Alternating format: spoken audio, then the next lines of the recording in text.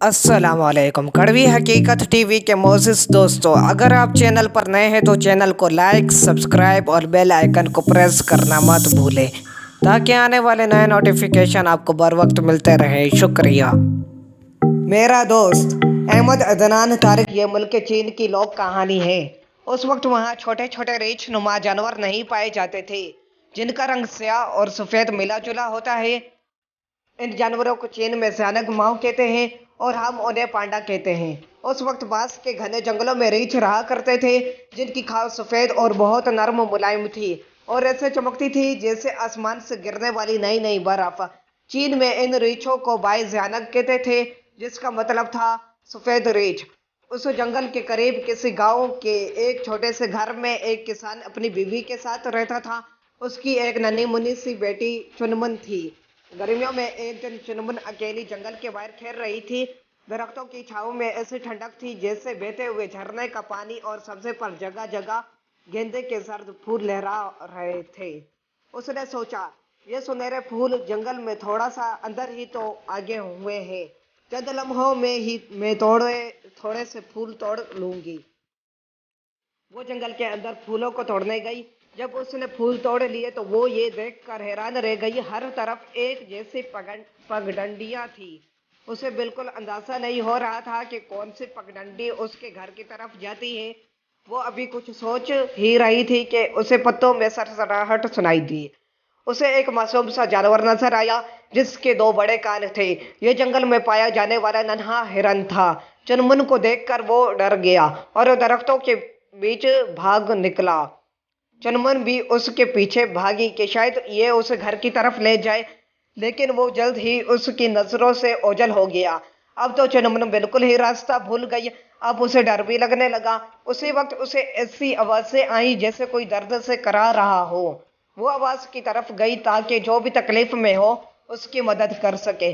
करीब ही कांटों वाली एक झाड़ी में कोई नन्हा सा रीछ का बच्चा थोड़े थोड़े वक्फे से अपने अगले पैर के नीचे पंजे को हिलाता और मुंह से सहलाता। वो नन्हा रीछ बिल्कुल सफेद था। वो तकलीफ से करा रहा था।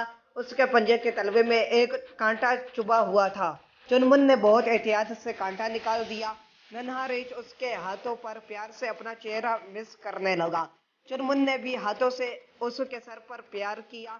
उसी लम्हे एक बहुत बड़ी सफेद मादा रीछ घुराती हुई तेजी से दरख्तों से निकली।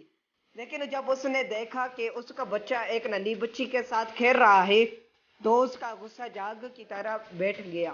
उसने अपनी थोतनी से पहले अपने बच्चे को और फिर चुनमुन को प्यार किया जैसे वो भी उसकी बच्ची हो। वो सफेद मादा रेच इतनी अच्छी थी कि चुनमुन को उससे जरा भी डर नहीं लग रहा था। वो आगे बढ़ी और उसने मादा रेच के गले में अपनी बाहें डाल दी और ठंडी सांस भर कर बोली, काश तुम मुझे मेरे घर का रास्ता बता सकती। अचानक सफेद मादा रेच उठी और चल पड़ी। उसने चुनमुन और नन्हे रीछ को इशारा किया कि वो उसके पीछे आए। जल्द ही चुनमुन ने देखा कि वो उसे रास्ता दिखाते हुए जंगल से बाहर ले गई। उसका घर वहां से नजदीक ही था। चुनमुन उस दिन के बाद अक्सर जंगल में जाने लगी। उसके माँ बाप खुश थे क्योंकि उन्हें मालूम था कि सफ़ेद मादा रीछ उसकी हिफाजत करेगी। चुनमुन को और भी बहुत से रीछ मिले और उनके नन्हे बच्चे भी, लेकिन कांटे वाला बच्चा ही उसका सबसे करीबी दोस्त रहा। वो उसे न्याव न्याव कहती थी जिसका मतलब था बहुत ही नर्म मुलायम, क्योंकि उसकी खाल बहुत नर्म और खूबसूरत थी। न्याव न्याव की माँ ने चुनमुन को एक बहुत बड़े दरख्त के तने में बना हुआ अपना घर भी दिखाया। जिन चुनमुन बार बार जंगल में गई। वो रीछ के नन्हे बच्चों से खेलती और जंगल के तौर तरीके सीखती और रात होने से पहले न्याव न्याव की माँ हिफाजत से उसे जंगल से बाहर छोड़ आती। मौसम में बाहर की एक सेब पर को चुनमुन न्याव न्याव के घर बैठी थी। वो रीछ के नन्हे बच्चों को खेलता हुआ देख रही थी। अचानक उसे ऐसा लगा जैसे कोई खुआर जानवर बांस के दरख्तों में छुपा बैठा है। फिर उसे एक सुर्ख आंखों वाला चेहरा नजर आया, पीले रंग के लंबे लंबे दांतों वाला खौफनाक चीता जिसके छोटे छोटे कान मुड़े हुए थे और उसकी खाल पर धब्बे थे। चुनमुन उठकर चिल्लाने लगी और रीछ के नन्हे बच्चों को खबरदार कर रही थी, लेकिन तब तक उसे देर हो चुकी थी। नुकीले दांतों और तेजी से हिलती दम वाला भूखा चीता न्याव न्याव पर पल पड़ा था। चुनमुन के दिल में न्याव न्याव के लिए इतनी मोहब्बत थी कि वो डरी नहीं। उसने एक बड़ा पत्थर उठाया और जोर से चीते को दे मारा।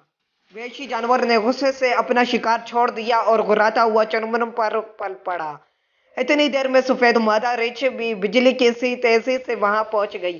चीता उसके गुस्से को देखकर मैदान छोड़कर भागा, लेकिन भागते हुए उसने अपने नुकीले पंजों से चुनमुन पर वार किया और उसे जमीन पर गिरा दिया।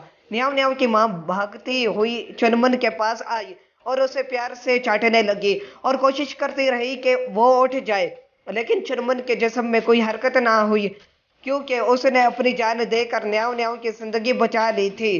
पूरे जंगल में उस वाक़ये और चुनमुन के मरने की खबर फैल गई।